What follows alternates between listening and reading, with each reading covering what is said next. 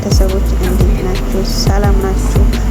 እንግዲህ እንጀራው እንግዲህ የአረብ ቤት ሆኜ እንግዲህ የተቦካ እንጀራ ይመስላል እና እንዴት ናቸው ቻናሌ ቤተሰቦች? ናፍቄያችኋለሁ። እንዴት ናችሁ? ስራ እንዴት ይዟችኋል?